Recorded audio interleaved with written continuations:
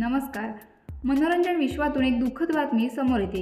R. Madhavan, Surya अशा लोकप्रिय अभिनेत्यांसोबत काम केलेले प्रसिद्ध ज्येष्ठ अभिनेते विश्वेश्वर राव यांचं निधन झालंय. चेन्नईतील एका प्रायव्हेट हॉस्पिटलमध्ये विश्वेश्वर यांनी 2 एप्रिलला अखेरचा श्वास घेतला. कॅन्सरमुळे विश्वेश्वर यांचं निधन झालं. विश्वेश्वर यांनी 200हून अधिक तामिळ सिनेमांमध्ये सहाय्यक अभिनेत्याची भूमिका साकारली आहे.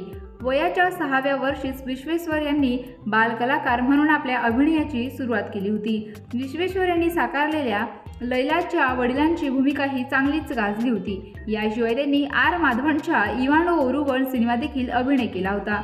तामिळ फिल्म्स आणि टीव्ही सिरियल्समधील अनेक अभिनेत्यांनी विश्वेश्वर राव यांना श्रद्धांजली वाहिली आहे. सहाय्यक भूमिका आणि विनोदी भूमिकांमुळे विश्वेश्वर राव यांना मनोरंजन विश्वात ओळख मिळाली. त्यांनी तब्बल 200हून अधिक सिनेमांमध्ये काम केलंय. तामिळ मनोरंजन विश्वातील एक हरहुन्नर आणि जाणकार अभिनेता काळाच्या पडद्यावर गेल्याची भावना प्रत्येकाच्या मनात आहे.